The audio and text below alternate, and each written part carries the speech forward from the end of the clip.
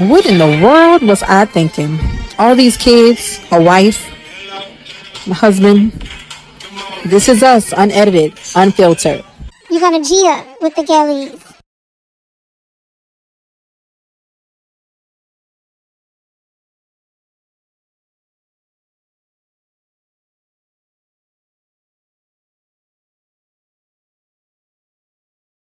If I had to describe autism in one word,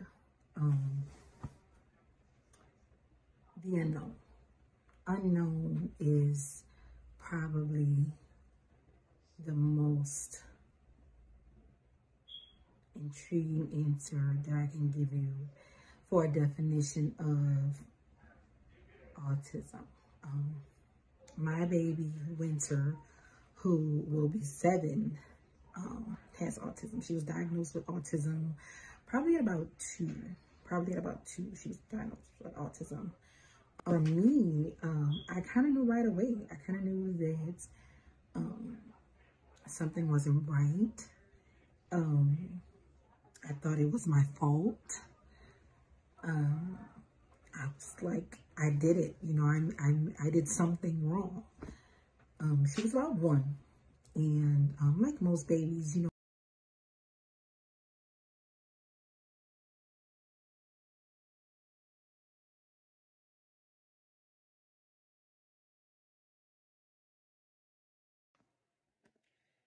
she would point up the finger, 1, every time somebody asks, you know, 1, and, you know, people go, yay, yay, you know, that kind of stuff.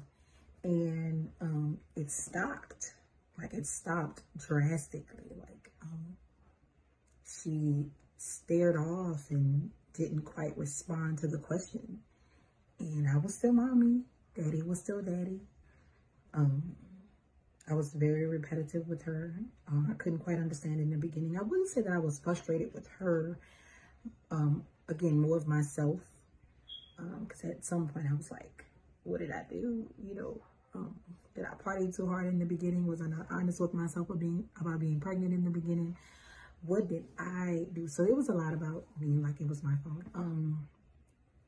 Somehow, some kind of way, Winter just became the glue of our family. She is, I don't want to say the reason we are married, but she has a lot to do with it.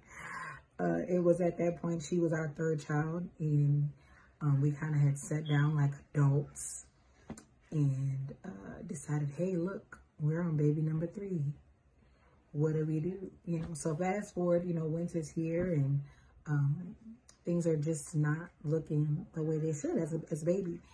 And I don't regret anything in my life. I tell my kids, even now, if I could do something, all of the same things I've done, I would, and probably even more. Life is life. Life is life. You take lemons and you turn them into strawberry lemonade. Whatever you can do, you know, you just don't let those lemons sit there and rot. So here we are with this baby, and no one was hearing me.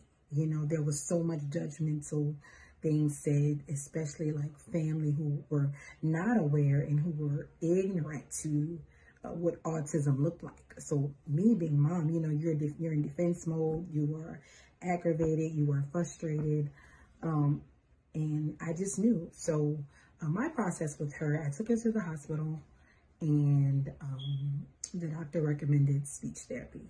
So she went to speech therapy.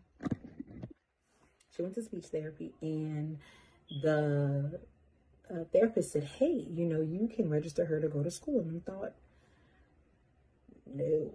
You know, I kept her home. I tried daycare with her, which is another thing I thought was my fault, because I didn't let her stay in daycare and be around other kids and kind of learn the way that they were learning, and just so many things. But I realized it's been a learning experience. It really, really has. I do believe that God does everything for a reason. We don't take her for granted. You know, we don't take her for granted. None of us in our house. I have a 7-man band in here, and from the youngest to the oldest, we don't take Winter for granted. So anyway, she went to school, we had an evaluation again with the school, and I didn't like their evaluation. I did not like their evaluation. I let her go there for about half a year. I just didn't feel like they were meeting my concerns. And what I've realized is people who don't understand what your concern is, they focus on what they want to do for the child versus what they need to do for her. And unless you understand your rights and you know, what your obligations are and what you can and cannot do when it comes to your child having a disability, then, people kind of take advantage. So very quickly I learned that. Really, really quickly I learned that. And so I moved her to a different school. And the school was good. It was decent. It was good for her to be in school. Her autism was moderate. It wasn't fast. It wasn't slow. It was just moderate. Because autism is such a large spectrum. They don't give you like, hey, she's at level C91-2. They don't tell you that. So they just say it's a large spectrum. So you do your own research. Don't overly, I try not to do overly research because it makes you, it just gives you different thoughts. Anyway, I decided that school wasn't good for her. I think the teacher was decent. She wanted to do more disciplining than, structuring and trying to help her. She wanted to mold and discipline, and not in a bad way. She wasn't beating her or abusing her. I just think that just because she wouldn't go, winter with autism, it's a lot of restraint, and it's a lot of what looks like a hug could look like apprehension for her, could look like aggression for her. So it was more of, if you hold her here versus holding her here, that, upsets her, things like that. So I moved her again to a different school, and God sent this lady from heaven. Their whole department is just completely from heaven, but he sent this particular angel, and still growing into her own. Like I said, she's only going to be 7. I'm so proud of her. She's come a long way. They told me that my baby would never speak. And, she's going to be 7 and she talks. That's so important. It's just the negative things you hear people say that you start to have disbelief, but, grace and mercy follows you, and it follows me, and I'm so blessed. She does talk, and she does use her words, and she does speak to us and communicates with us, and it's in her own tune, it's in her own language, it's in her own zone, and she lives in her world, and she invites us whenever she pleases. Society adapts where they teach them to adapt to us. Nobody's taught to be adapted to them. And now we can teach that. We can teach that to other children, other people who don't understand what autism is, who don't understand what it looks like and the help that they need. It's relieving to know that we can help some other family who's stuck in that position where people are pointing and judging because your daughter had a meltdown in the store and you're looking at like the kid who cries. Now we've become the parents who give that. Is it okay, Mom, if we give them a candy? It's totally fine, Mom. Bless you. It's going to be okay.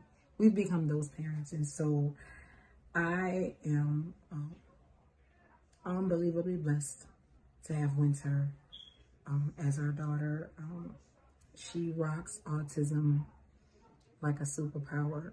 So how do y'all feel about Winter? Like just her, what do you just think about Winter as your sister? Oh my gosh, everything. I love her. But This my best. She be getting a little, pop, but it's all right.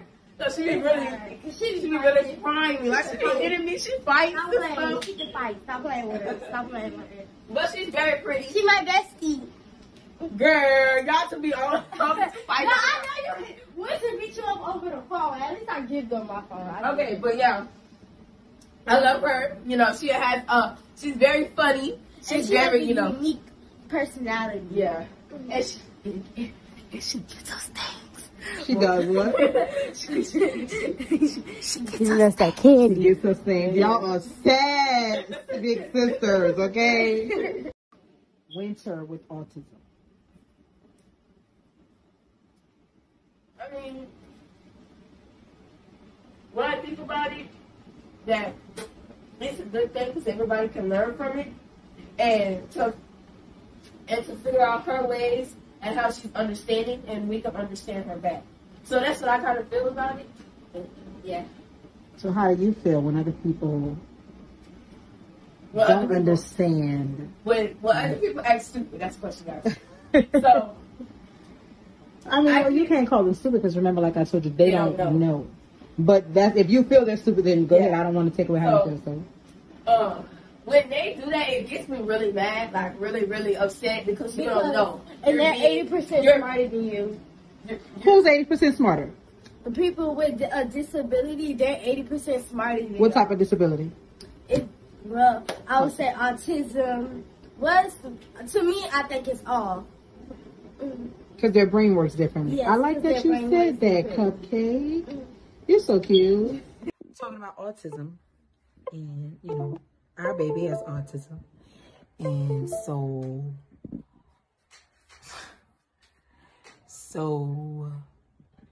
we said winter's your favorite. Who said that? See how he's not in denial. That's my point.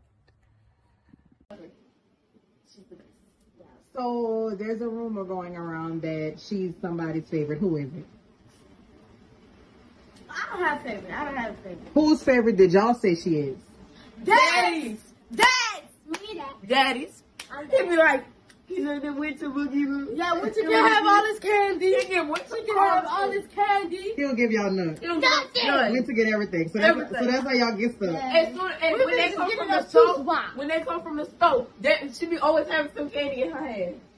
Exactly. So he always buying her stuff. He don't buy y'all nothing. Yeah. I mean. Now you know. Wait. We're not gonna do that. We're not gonna say that. He buys her stuff.